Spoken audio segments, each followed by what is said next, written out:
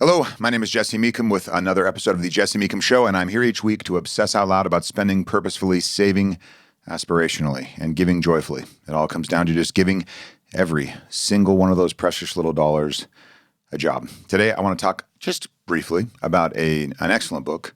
Well, one chapter of an excellent book. The excellent book is The Psychology of Money by Morgan Housel, and I'll just say it again. It is excellent. There is a chapter in there about reasonable and rational, and I wanted to kind of view that chapter through the lens of spendfulness. One time, a while ago, this is not necessarily money related, but we'll tie it in. I was chatting with a friend, and we were talking about how we make decisions.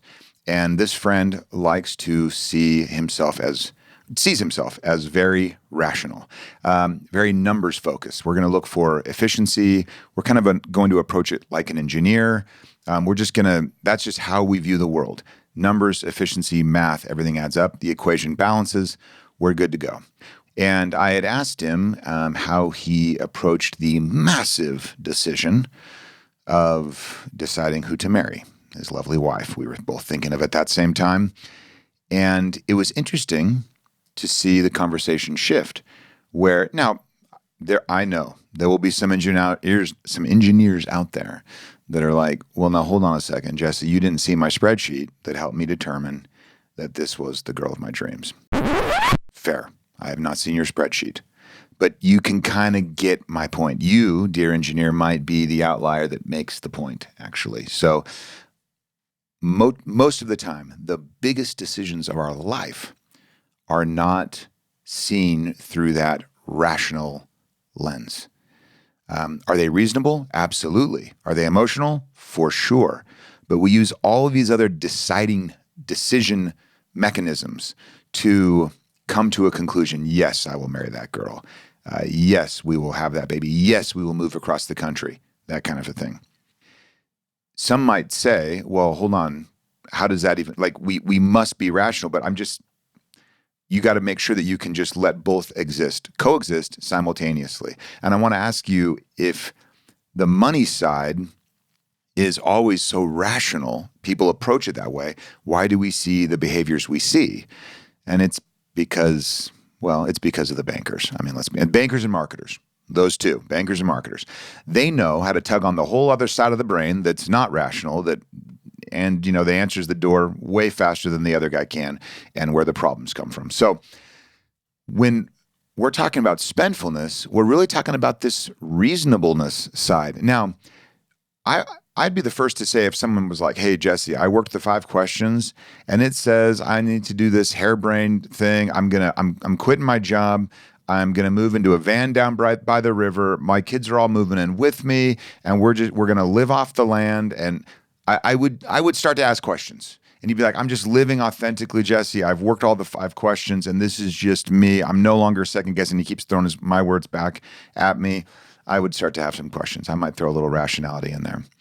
But spendfulness, and the reason I like the 5 questions the way I do, is that they are just you asking yourself the question. You're not looking to some external measure to then say, okay, that's what I'm supposed to do. Okay, ChatGPT said this, and most people are this way, and benchmarking is here and here. You just ask yourself, what does this money need to do before I'm paid again? And you will come up with a reasonable answer. It will be very reasonable. And then you'll ask yourself the next question: what larger or less frequent expenses should I prepare for? And you will come up with a reasonable answer. When you ask yourself the third question, what or how much should I fund next month? What should I send to next month? Where should I start to kind of think about that goal of getting a month ahead? It'll be a reasonable answer. And when you're starting to think more creatively, what goals, large or small, should I prioritize? It will be a reasonable answer. Finally, to kind of work back through it, you would ask yourself the 5th question: what changes, large or small, should I be making? And you'll look at it through a lens of reasonableness, and maybe a little bit of rationality as well. And it'll be like, oh yeah, maybe I need to make this or that tweak. God, the other day, Julie and I realized that we hadn't grabbed a few critical transactions, and our credit card was paid. This is the one that it's a long story, but it's this final holdout, basically, of a card that's rarely used, and had 2 big purchases on it for an annual car insurance our annual car insurance premium. So our credit card is automatically just auto paid, and it basically nothing is on it anymore because I'm basically off the credit card game except for that. Hadn't realized that, right? And it was that and one other. They both hit at the same time, of course. And what was interesting was it threw us off by a little bit. And that question, what changes, if any, do I need to make? We needed to make some changes because we had not seen in our prior planning, kind of setting up new targets and looking at YNAB Fresh. We hadn't set up, oh, by the way, did I mention YNAB.com/Jesse? If you don't know what I'm talking about when I say that, it's software that helps you live spendfully. So we end up getting hit with this expense that we hadn't even seen. It just hadn't even registered. And it threw things off. We had to do all this rejiggering. But as we ask ourselves that question, what changes, if any, do we need to make? It wasn't like this rational hat gets put on and our spreadsheet gets pulled up. You're just looking through your categories. You're looking at what your money needs to do. And you're just like, is this reasonable? Is that reasonable? And that's enough. More than enough. It's great.